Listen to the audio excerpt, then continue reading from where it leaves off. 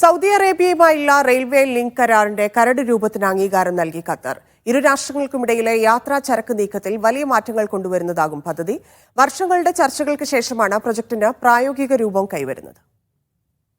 പ്രധാനമന്ത്രി Sheikh Mohammed bin Abdulrahman bin Jassim അൽത്താനിയുടെ അധ്യക്ഷതയിൽ ചേർന്ന പ്രതിവാര മന്ത്രിസഭാ യോഗമാണ് കരാറിന്റെ കരട് രൂപത്തിന് അംഗീകാരം നൽകിയത്. ആലോചനാ ഘട്ടത്തിൽ നിന്ന് പ്രായോഗിക തലത്തിലേക്ക് പദ്ധതി നീങ്ങുന്നതിന്റെ തുടക്കമാണ് മന്ത്രിസഭയുടെ അംഗീകാരമെന്ന് കരുതുന്നു. 2022 മുതലാണ് ഇരു രാഷ്ട്രങ്ങളും തമ്മിൽ റെയിൽ ഗതാഗത സാധ്യതയെക്കുറിച്ച് ഗൗരവമായ ചർച്ചകൾ ആരംഭിച്ചത്. ആ വർഷം ഖത്തറിലെത്തിയ സൗദി ഗതാഗത ലോജിസ്റ്റിക് സേവന വകുപ്പ് മന്ത്രി സാലിഹ് ബിൻ നാസർ അൽ ജാസിറും ഖത്തർ ഗതാഗത മന്ത്രിയായിരുന്ന ജാസിം സെയ്ഫ് അഹമ്മദ് അൽ സുലൈത്തിയും ഇതുമായി ബന്ധപ്പെട്ട് കൂടിക്കാഴ്ച നടത്തുകയും ചെയ്തു. ഖത്തറുമായി കരാതിർത്തി പങ്കിടുന്ന ഏക രാഷ്ട്രമാണ് സൗദി.